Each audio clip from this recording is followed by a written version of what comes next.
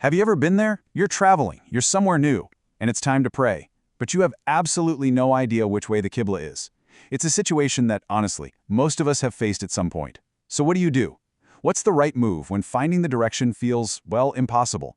Today, we're going to dive into the surprisingly practical and merciful guidance that Islamic tradition offers for this exact problem. I want you to really picture this. It's a dark night, you're in a place you've never been before, maybe your phone is dead, so no compass app, and there is literally no one around to ask. But the time for prayer is right now. How in the world do you fulfill this core part of your faith when you can't be sure you're even facing the right way? It feels like a genuine dilemma. So the problem really starts here. Facing the Qibla, the direction of the Kaaba in Mecca, isn't just a suggestion. It's one of the foundational conditions for your prayer to be valid. It's a non-negotiable. So what happens when that condition seems completely impossible to meet? And let's be super clear, this ruling isn't for when you're just feeling a little lazy or don't want to bother checking. No, it applies under very specific conditions. You genuinely cannot figure out the direction, and you have no means to ask anyone. It's in that moment of true uncertainty that this guidance becomes so incredibly practical. So what's the solution? Well, it isn't some magic loophole or a free pass. Instead, it all centers on this profound principle of sincere effort and personal investigation. This idea that the effort is what matters more than a perfect outcome is actually a huge concept in Islamic ethics.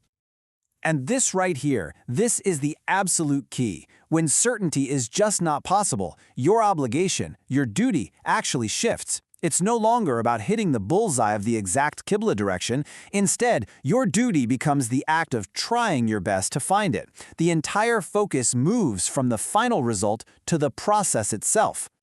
This whole process even has a name, ijtihad. It basically means you exert yourself, you make a diligent effort, and you investigate using whatever signs are available to you. Maybe it's the position of the sun, the stars, maybe you know which way moss grows on trees, whatever you can use to make your best educated guess. This single concept is what unlocks everything else. Okay, so you've made your effort. You've done your ijtihad. What happens next? Well, it turns out your investigation can lead to one of 4 possible outcomes, and the ruling for each one is distinct and honestly pretty logical when you break it down. All right, so this is probably the most common scenario, right? You try your absolute best, you pick a direction, you pray, and then later you find out you were totally wrong. So what's the ruling? Your prayer is perfectly valid. You do not have to repeat it. And why? Because you fulfilled the duty that was required of you in that moment, which was the act of trying. And this isn't just some abstract theory. It's grounded in a real event. There's a well-known story where the Prophet's companions were in this exact situation. It was a dark night. They all made their best guess for the Qibla and prayed. Later, when they told the Prophet Muhammad, peace be upon him, what happened, he affirmed their prayers, telling them, "Your prayer is complete. There is no need to repeat it." Okay, second outcome. What if you figure out the correct direction while you're in the middle of praying? Maybe the clouds part and you see the moon, or someone comes in and quietly points the right way. The ruling is simple. You immediately turn towards the correct Qibla, right there, mid-prayer, and just continue from where you were. No need to stop and start all over. And the famous, classic example of this is the story of the people of Kuba. They were praying towards Jerusalem when someone came with the news that the Qibla had been officially changed to the Kaaba in Mecca. And what did they do? Mid-prayer, the entire congregation just turned to face the new direction. Their action was approved, and it's a powerful image of a living, responsive faith.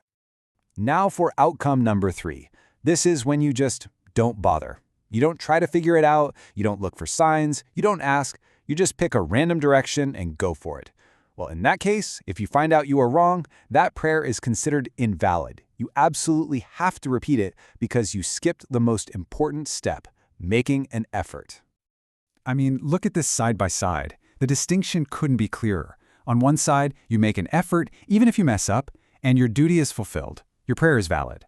On the other side, you make no effort, and the duty is abandoned. The prayer is invalid. It really just hammers home the point that it's not about getting the answer right, it's about the sincerity of your attempt.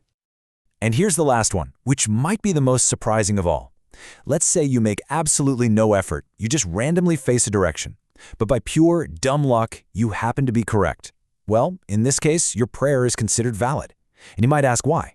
It's because that fundamental bottom-line condition, facing the Qibla, was actually met even if it was a total accident. So let's just put this all together for a second.